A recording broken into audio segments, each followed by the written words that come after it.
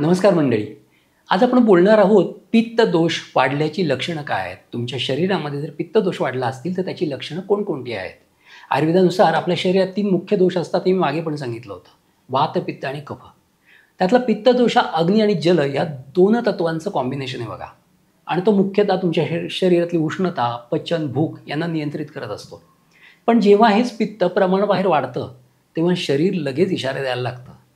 वारंवार तुम्हाला ॲसिडिटी होत असेल, जळजळ होत असेल, छातीत त्रास होत असेल, तुमच्या त्वचेवर पुरळ येत असतील, खाज येत असेल, त्वचा लालसर झाली असेल, तुम्हाला खूप जास्त भूक लागत असेल आणि खाल्ल्यावर समाधानच होत नसेल आणि छोट्या-छोट्या गोष्टींमुळे तुमची चिडचिड होत असेल, राग जास्त येत असेल, डोळ्यातून उष्णता जाणवत असेल, डोळे लाल होत असतील आणि तुमच्या तोंडामध्ये एक आंबटपणा राहत असेल, कडवटपणा राहत असेल, घशामध्ये आंबट, कडवट डचके येत असतील किंवा तुम्हाला लघवी जळजळ होत असेल, तर लक्षात ठेवा ही सगळी तुमच्या शरीरामध्ये पित्त वाढलंय याची लक्षणं आहेत.